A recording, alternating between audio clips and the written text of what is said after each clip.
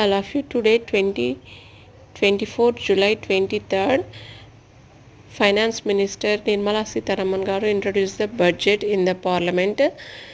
So before general election February 2024లో మనకి interim budget అనేది తీసుకురావడం జరిగింది.